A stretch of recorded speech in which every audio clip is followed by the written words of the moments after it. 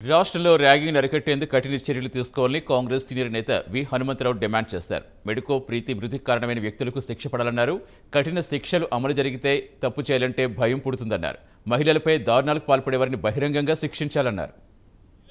ఈ సోషల్ మీడియాలో ఫోటోలు పెడతారు, అమ్మాయిలు అబ్బాయిలు మాట్లాడుకుంటారు, ఏదైనా ఇష్యూలో ఏదైనా సబ్జెక్ట్ తెలియకుండా ఆ ఫోటో తీయడం, ఆ ఫోటో బయట పెడితే రిక్షిక అనే అమ్మాయి ఉరేసుకొని చచ్చిపోయాయి.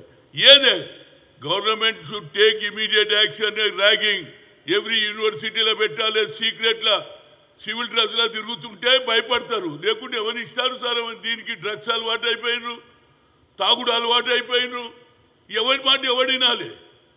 డ్రగ్స్కు ఒక లిమిటే లేదు, ఇక తాగడానికైతే లెక్క లేదు, పాన్ షాపులు లెక్క అయిపోయినాయి. దీనికి ఎక్కడ ఆపుతున్నారు మీరు?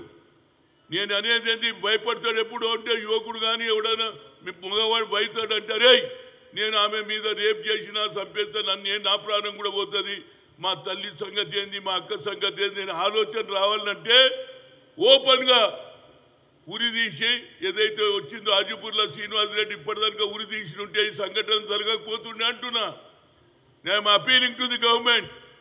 Why case is pending for so many years? 3 years అయిపోయింది. ఇప్పటిదాకా జడ్జిమెంట్ వచ్చినాక కూడా మీరు ఎలాంటి యాక్టివిటీ తీసుకోకపోతే ఇలాంటివే జరుగుతాయి. నా ఉద్దేశంలో ఇది చాలా సీరియస్ ఇష్యూ అండి. ఇది మానవతా దృక్పథంతో చెప్తున్నా. హ్యూమన్ రైట్స్ వాళ్ళకు కూడా రిక్వెస్ట్ చేస్తున్నా, ఇలాంటి కేసును మీరు పట్టుకోవద్దండి. ఎందుకు చేస్తున్నారో నాకు తెలియదు. ఎవడో నాకు ఎన్కౌంటర్ చేయంగానే ఎన్కౌంటర్ ఎట్లా చేసిందని హ్యూమన్